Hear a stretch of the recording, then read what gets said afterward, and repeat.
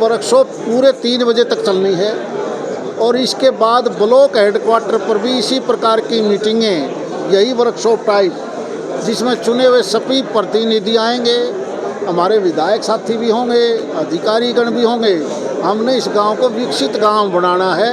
ये मीटिंग का मकसद ये होता है इस कार्यशाला का। अब जो पूछना चाहते हो वो मैं चालू करूं या आप पूछना चाहते हो? देखिए, अभी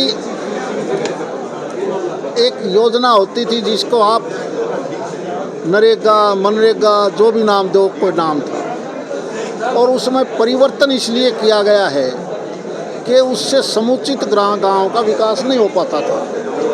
उसमें केवल खड्डे खोदने का काम था। आज के दिन हमने ये कर लिया, नया जो कानून बनाया है माननीय प्रधानमंत्री जी ने, कि इसमें स्थायी काम भी हो, केवल मिट्टी का काम ना हो। डेवलपमेंट से काम, जल संसाधन मंत्रालय हो, रोड हो,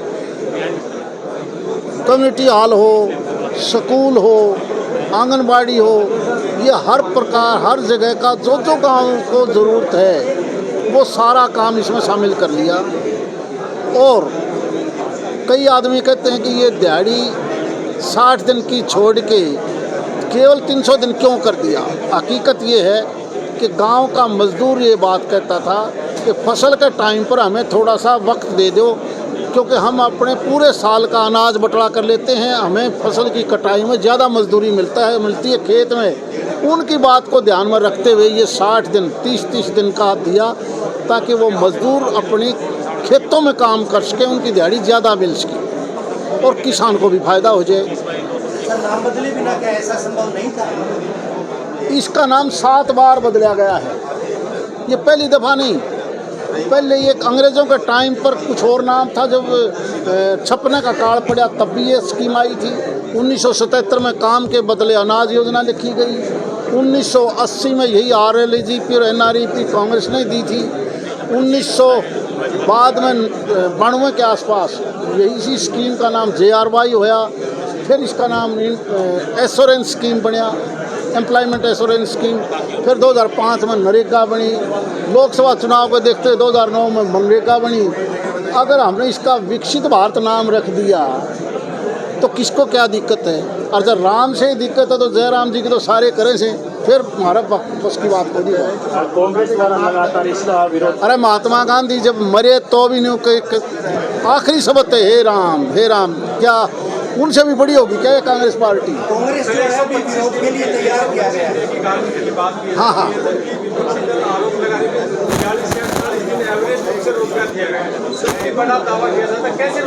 मुझे ये बताओ, जब 365 दिनों में 50 दिन से ज़्यादा रोजगार नहीं कर पाया वो मजदूर, तो आज तो क्या किया है कि 60 दिन उनको खेत का काम के लिए दिहाड़ी भी छोड़ दी। उसमें ज़्यादा पैसा कमाएगा वो गरीब आदमी फसल के टाइम पर। बाकी बचे हुए 300 दिन में 125 दिन ले ले, पहले से भी ज़्यादा ले ले।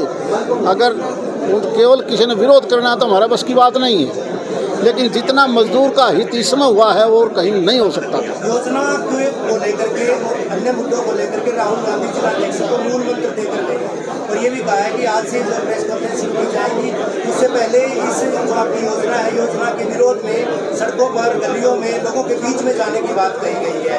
क्या उसका काउंटर है? उन्हें तो मंत्र देने ना 14 साल हो गए, पता नहीं वो मंत्र देते ही रहेंगे। अगली पीढ़ी भी कांग्रेस वाला की मंत्र देने में निकल जाएगी। बिल्कुल ठीक किया है। हम 42% पैसा प्रदेश को केंद्र के बजट में से देते हैं, हर प्रदेश को। वो अपनी वेलफेयर के नाम पर, फजूल खर्ची, वोट लेने के नाम पर तो तरह तरह की पेंशन और पैसा उड़ा देते हैं, और गांव का विकास के लिए पैसा नहीं देंगे। ये कौन सी बात है? अगर आप हिस्सेदारी स्टेट की या लोगों की नहीं करोगे तो काम सही नहीं हो सकता। अपना पैसा जब देखोगे कि हमारा भी लगा हुआ है तो काम बढ़िया हो।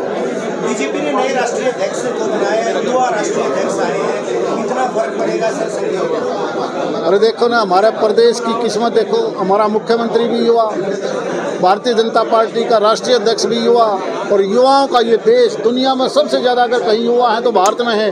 बड़ी तेज़ी से आगे देश बढ़ेगा, देखना। युवा आएंगे? अरे बिल्कुल, मैं कहता हूँ अब तो युवाओं का ही ज़माना है, बूढ़ों का नहीं रहा।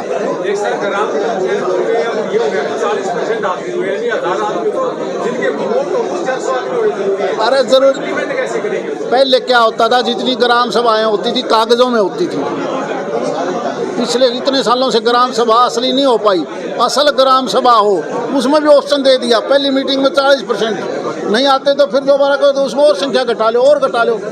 अरे किसी चीज़ को शामिल करने के लिए आपने गांव का समुचित विकास करना है, हर एक आदमी की भागीदारी हो, इसलिए किया गया है। सर, राव इंद्रजीत और राव नरवीर सिंह के बीच जुबानी बयानबाजी लगातार चल रही है, उसको किस वे में लेते हैं? आपके तो मित्र है राव इंद्रजीत से। मेरी दोनों से मित्रता है, चिंता ना करें। नरवीर मेरा पुराना साथी रहा है, दान सिंह मेरे खिलाफ लड़ा था, वो भी आज भी मित्र है, पहले भी था। उससे क्या फर्क नहीं? कोई फर्क नहीं पड़ता। ये तो लोग यहाँ पता नहीं क्यों आपस में बांट के रखते हो। हम जब सेंट्रल हॉल में बैठते हैं दिल्ली में या विधानसभा में, हम पक्ष विपक्ष सारे इकट्ठे रोटी खावा, इकट्ठे बैठा, हाँ इकट्ठे चाय पिया।